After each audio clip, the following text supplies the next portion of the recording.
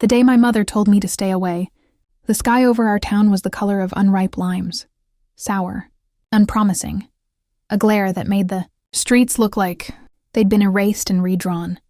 With a dull pencil, she set it on the front stoop, hands folded over one another like she was bracing against invisible wind. "You're no longer welcome here. Aisha, please don't come back." The syllables didn't break or clatter. They arrived soft, practiced, and left a cold film on my skin. I kept waiting for her mouth to twitch, for the old signal that said she didn't mean it, that she was only mad about the casserole I'd scraped or the internship I'd turned down years ago. But she just held the door and watched, me as if I were a stranger who deserved directions to anywhere but here. I asked what this was really about. She glanced past me, beyond the hibiscus she'd moved to the porch last spring, to the fence Dad built before the cancer thinned his voice into a whisper. "It's better this way," she said. "For both of us." Then she closed the door on both of us. I stood there long enough for the neighborhood to notice. A curtain trembled across the street. Somewhere a dog tested the first bark of the night. The hurt had a geometry to it. It lay in the angle between my mother's door and the sidewalk to the road, both so familiar and suddenly hostile. I told myself I would knock again, only to prove I wasn't afraid. But my fist never lifted. I walked to my car and drove aimlessly, breathing like someone learning to. The radio offered me a cheerful advertisement for miracle cookware. Then a pastor saying forgiveness was a decision, not a feeling. I switched it off and listened to the old rattle in the glove box where Dad's sunglasses still rested, scratched and bent. A souvenir from a family that had been a promise rather than a past tense. By the time I reached the river, the color of the sky had slumped toward evening. I parked and tried to place the moment into a sentence I could live with. My mother had sent me away. There had been no fight, no dramatic accusation, no slammed plates. Not even my aunt's name, she of the legendary grudges, passed like a blame baton. Just the cool dismissal that made my ribs feel like bad architecture. I wanted a reason, a villain, a stain on the carpet I could scrub at until it bled clean. Instead, I had the river's indifferent whisper. My phone vibrated. Unknown number. I braced for a scammer or a wrong number I could reject with politeness. "Hello? Is this Aisha Rahman?" The voice was calm, professional, a practiced baritone that could talk you into anything without you noticing. "It is. My name is Daniel Chen. I'm your mother's financial advisor." I had to swallow twice. "Okay." It sounded like a threat, though that was my own doing. "I know this is unusual," he said, "and I apologize for contacting you outside official channels. But I think we should speak. In person, if possible, soon." The silence that followed split into anxious filaments. "Is she all right?" He hesitated. Tiny, but enough that the river lifted its head. "She's fine, physically. Aisha, can we meet?" I'd rather not say more over the phone. "I'm not exactly welcome at her house. That's part of it," he said softly. "There have been changes, things I didn't agree with, but I'm constrained." The word drifted toward my brain and dissolved. "Constrained how?" "My firm has policies," he said carefully. "And your mother has signed documents that limit my disclosures. But there are ethical considerations." He cleared his throat lightly, like a man stepping off a curb he hasn't measured. "Can you meet me at the coffee shop on 9th and Alder? 30 minutes? I checked the river, my watch, the part of my gut that had learned to listen for approaching storms. "I'll be there." 9th and Alder was a corner slicked by rain, even when the day was dry. A place that thrummed with the polite machinery of a better zip code. The coffee shop had the kind of lighting that made everyone look like a careful secret. Daniel was already seated at a corner table, a portfolio case at his feet, a latte sweating a perfect circle on the coaster. He stood when I approached, tall in a navy suit that remembered the hangar, hair combed into a measured wave. He offered his hand with a small, deferential bow, the body language of a man who knows other people's numbers better than their birthdays. "Thank you for coming," he said, as I sat. His eyes were the cool gray of tempered glass, reflective, but you sensed the pressure they could endure. "You said there were changes," I prompted, because small talk felt like treason. He pursed his lips, then chose a sentence like a surgeon selecting an instrument. Your mother updated her estate plan 6 weeks ago. She amended her will and established a revocable trust. Those aren't unusual steps, but the beneficiaries and the trusteeship changed significantly. In what way? Previously, you were her primary beneficiary and the designated healthcare proxy, he said. He was careful with his phrasing, as if he expected me to record every syllable. Under the new documents, you are removed. A man named Victor Hale is now the primary beneficiary and holds durable power of attorney.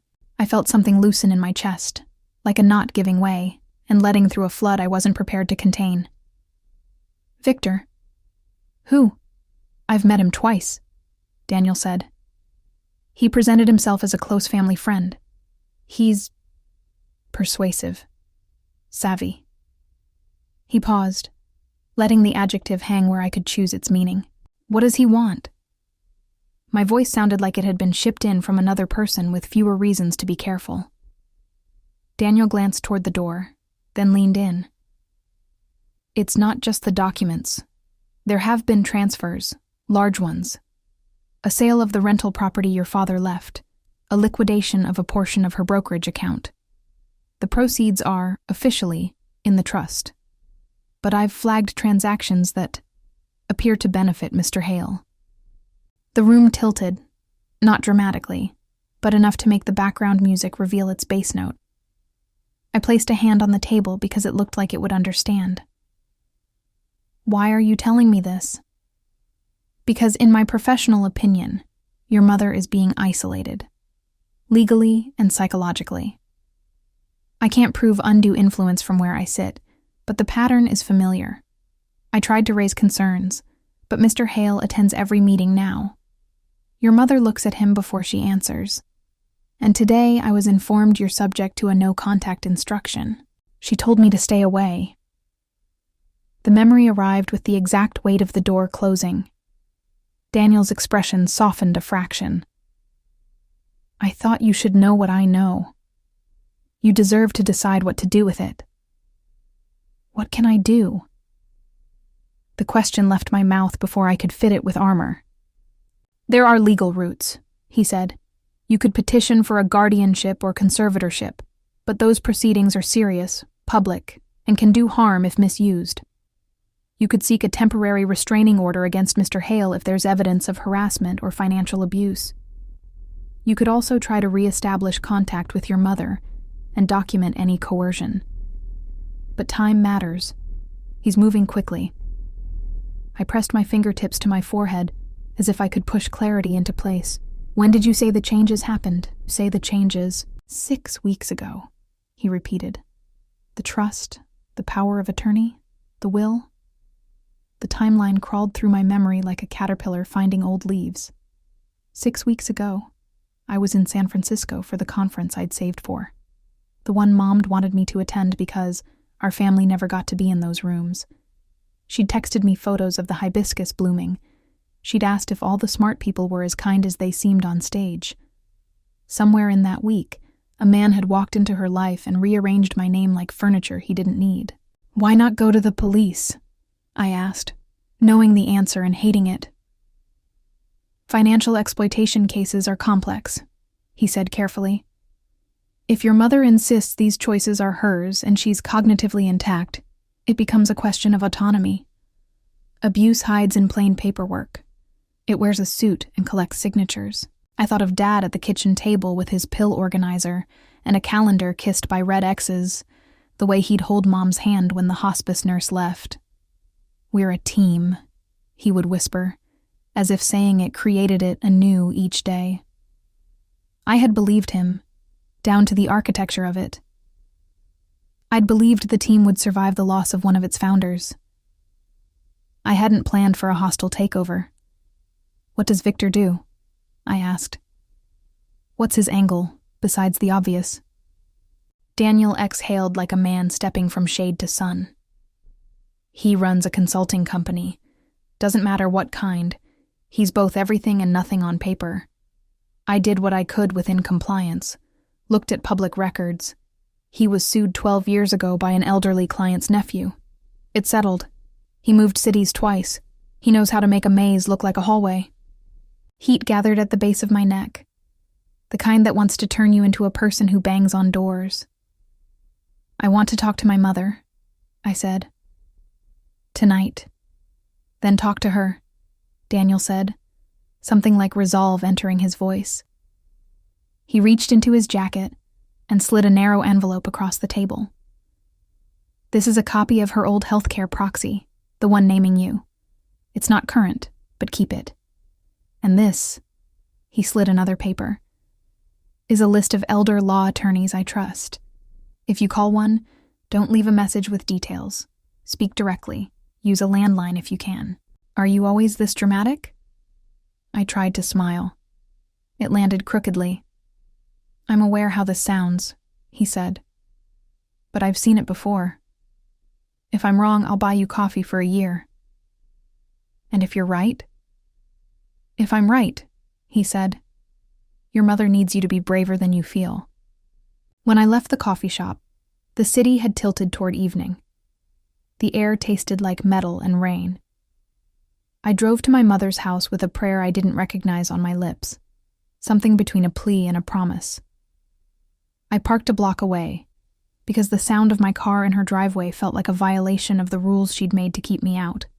As I approached on foot, I saw the porch light, an eye that had always watched for me, and my chest rolled with memory. Halfway down the block, a tall figure stepped from the shadows of a sycamore and matched my pace without asking permission. Aisha, he said, as if he were testing the weight of my name. I turned. He was in his late 40s, maybe. Wonderful hair in the way men with money sometimes had. Well cared for. Careless about it. A smile burned at the corners of his mouth like a fuse. Do I know you? You're about to, he said. I'm Victor. I stopped. The night stopped with me. The porch light hummed. Some bird decided it was still late afternoon and tried a song. Get out of my way, I said. He raised his hands, palms displayed, mild, amused, the theater of harmlessness. I came to make things easy. I heard you talk to Daniel. He worries too much. Your mother is fine. She just needs space. She needs a daughter who isn't being erased by a stranger. He smiled with his teeth this time. Stranger? We have dinner together 4 nights a week. She says the funniest things when the wine opens her up. You'd be charmed. I didn't realize I'd moved until I was too close. Stay away from her. From her, he said, or from her assets? The word was a mushroom released into the air, dirty and sudden. He slid his gaze past me to the house. You should respect her wishes. It's what a good daughter does. A curtain stirred in our neighbor's living room. Somewhere, a dog revised its opinion. I took a breath that ironed my spine. I'm going to ring that doorbell. You'll upset her, he said. She doesn't like confrontation. That's why she asked me to handle things. A second person stepped out of a parked SUV. I wouldn't have noticed if the night weren't teaching me how. A woman, thick-set, in a blazer too tight to be an accident. She stood with a bodyguard's patient boredom, eyes scanning the casual details of danger. Victor nodded at her without looking away from me. Security, he said lightly. Your mother's idea. She's been worried about trespassers. The word hit its target with perfect aim. In another life, I would have cried. In this one, I found a small, solid anger and held it like a tool. Call her, I said. If she tells me to leave, I'll go, but I'll hear it from her, not you. He considered me in the way one evaluates a piece of equipment. Can it lift? Will it last? Is it worth maintenance? Then he slid his phone from his pocket and pressed a button. The screen lit his face with blue. He glanced at the house as it began to ring. The porch light went out.